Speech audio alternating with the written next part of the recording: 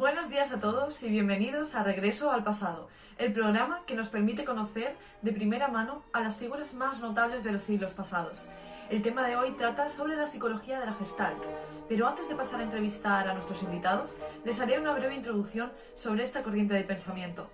La palabra Gestalt proviene del alemán y se traduce al español como el modo en el que las cosas se juntan para formar un todo.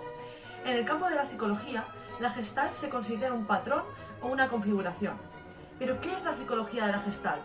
Básicamente es una escuela de pensamiento que fue fundada en el siglo XX y proporciona un marco para el estudio de la percepción. La idea principal de la psicología de la Gestalt es que el todo es mayor que la suma de sus partes y las propiedades del todo no se pueden deducir analizando ninguna de las partes por sí mismos. Bien, ahora pasaremos a entrevistar a nuestros invitados. Buenos días, Wolfgang. Es un honor tenerle hoy con nosotros. Cuéntenos, señor, quién es usted, háblenos de sus obras más importantes y coméntenos cómo es la situación política y social en la que se encuentra. Buenos días, señorita. El honor es mío de aparecer en este programa del Regreso al Pasado. Mi nombre es Wolfgang Kohler y nací el 21 de enero de 1887 en Reval, Tallinn, capital de la República de Estonia. Estudié en la Universidad de Tübingen, Bonn y Berlín, y en esta última estuve bajo la dirección del psicólogo experimental Karl Staff, que es el director del Instituto de la Psicología en la Universidad de Berlín. En 1909 defendí el conocimiento sobre la psicología del sonido, o la psicoacústica, trabajo que fue dirigido por el propio Staff. Pero lo más importante es que fui uno de los fundadores de la Gestalt, junto a varios compañeros que luego ya hablarás con ellos. Una de mis obras más importantes es la psicología de la forma, que sostenía que la regla era que investigar sobre la percepción se tenía que examinar los hechos más simples y más tarde dedicarse a cuestiones más complejas.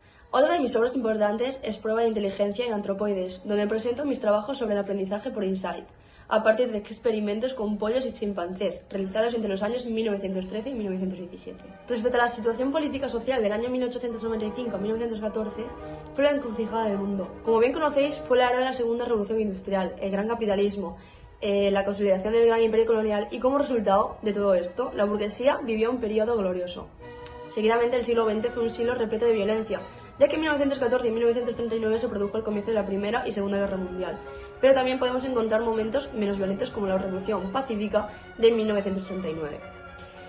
Pasado 1920 se produjo un periodo de recuperación, que denominaron los felices años 20. En esta época el comunismo se endureció junto a Stalin y surgió el fascismo italiano. Además, se produjo el crack del 29 y como punto histórico importante, Hitler y el nazismo formaron el mando en Alemania en el año 1933. Gracias por escucharme y nos vemos pronto. Muchas gracias, Wolfgang Kohler, por sus palabras. A continuación pasaremos a nuestro siguiente invitado. Buenos días, Max Weitemer. ¿Puede contarnos quién es usted, hablarnos sobre sus obras más importantes y comentarnos cuáles son algunas de las diferencias que cree que tiene la Escuela de Berlín con respecto a otras escuelas o corrientes de pensamiento? Hola, buenos días. Como bien se ha dicho, mi nombre es Max Wertheimer. Nací el 15 de abril de 1880 en Praga. En 1900 obtuve mi título de abogado, aunque pocos años después comencé mi carrera de psicólogo.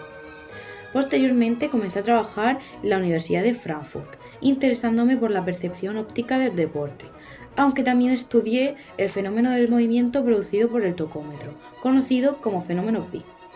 En cuanto a mis obras, he de destacar dos de ellas. Por un lado está Estudios experimentales sobre la percepción del movimiento, con la cual comencé mi influencia en la psicología de Gestalt.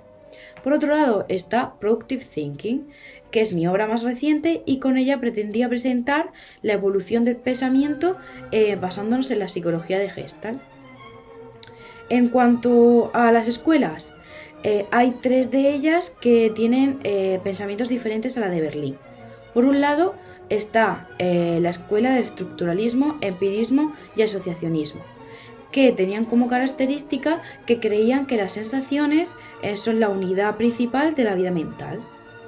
En segundo lugar está la escuela de Graz, que creía que las casualidades de la Gestalt eran la unión de sensaciones primarias.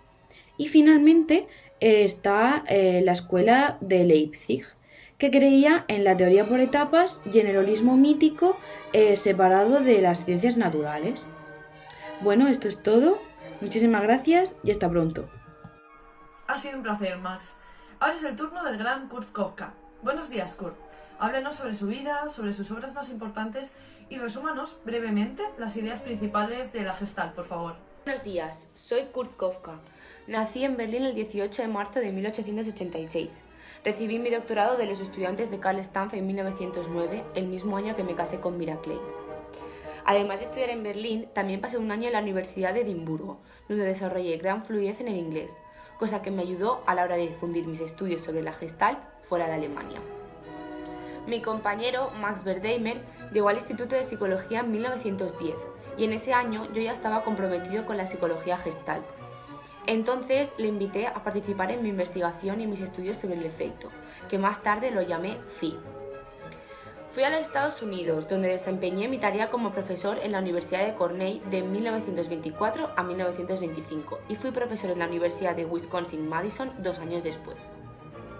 En 1927 trabajé en la Universidad privada Smith College en Northampton, Massachusetts, donde estuve hasta el día de mi muerte en 1941. Una de mis obras más importantes es Percepción, Introducción a la teoría de la Gestalt, en la que, al hablaros de percepción, no quiero referirme a una función psíquica específica, sino que la percepción viene a ser un conjunto, es decir, un todo en la que forman parte también las sensaciones, al igual que la asociación y la atención.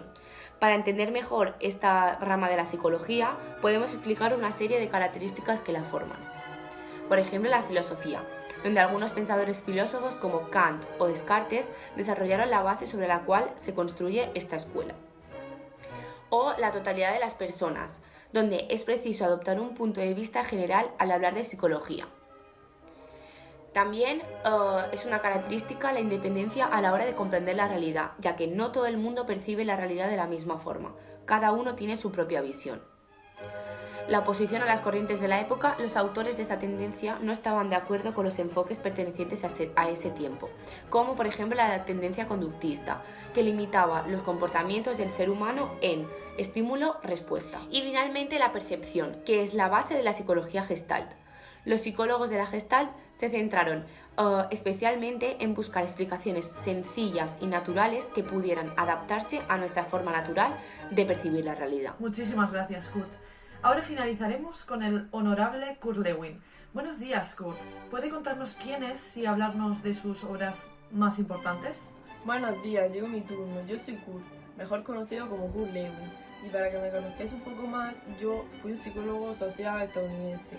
Nací el 9 de septiembre de 1890 en Mojino, una ciudad de Polonia.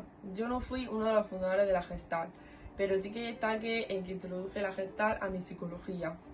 Para que me entendáis mejor, me centré en ella, puse en práctica su idea y me dediqué a la motivación y a la intervención psicosocial. Mi actividad científica se dividió en 2 periodos. El primero, transcurrido en Alemania, se caracteriza fundamentalmente por el estudio de los problemas de psicología individual y epistemología. Y el segundo periodo, que fue el periodo americano, fue en el que llevé a cabo investigaciones sobre los fenómenos de grupo, como la leadership, el clima social y los valores de grupo, en estudios como la teoría de campo y la ciencia social. Y dentro de mi obra podemos destacar una teoría dinámica de la personalidad en 1935 y 2 años después la representación conceptual y la medición de la fuerza psicológica. Y por último, la teoría de campo y experimentación en psicología social, que fue en 1939. Muchísimas gracias por sus palabras, Kurt. Bien, la psicología de la Gestalt anima a la gente a que piense fuera de lo normal y a que busque patrones. A continuación, los 4 autores y yo explicaremos las leyes de la organización perceptiva. La primera ley es la ley de Prägnanz. Prägnanz es un término alemán que significa buena forma. Esta ley sostiene que los objetos del entorno los llegamos a percibir de la manera más simple posible. Por ejemplo, las anillas de los Juegos Olímpicos las percibimos como una figura, aunque se trate de 6 aros diferentes. Hablando sobre la ley de figura y fondo, es aquella en la que nuestro cerebro tiende a separar el fondo de los demás elementos importantes, pero se basa en la premisa que no existe figura sin un fondo que lo sustente. En la ley de la proximidad lo que se contempla es que subconscientemente percibimos objetos que están cercanos los unos a los otros como dentro del mismo grupo. El cerebro agrupa esos objetos porque tienen una propiedad visual común. Otra de las leyes que encontramos es la ley de similitud. que es aquella que al ver gráficos similares parecen tener la misma forma, pero en verdad no la tienen. Esto se debe a diversas características. Un ejemplo sería el de los árboles. A pesar de que los árboles no tienen ni la misma forma, ni el mismo tamaño, ni el mismo color, los vemos prácticamente a todos iguales. La ley de destino común indica que los elementos que parecen moverse juntos en una misma dirección, como son por ejemplo un grupo de pájaros en el cielo, se trata de un todo, es decir, lo vemos como una forma homogénea, aunque también podemos mirarlo uno a uno. Y en cuanto a la ley de buena continuación, sin embargo, se refiere a que podemos identificar a aquellos integrantes que siguen una línea recta o curva como elementos de una misma forma, aunque visualmente permanezcan separados. Muy bien, Regreso al Pasado ha llegado a su fin. Espero que hayan disfrutado de esta ola de sabiduría y nos vemos en el siguiente episodio.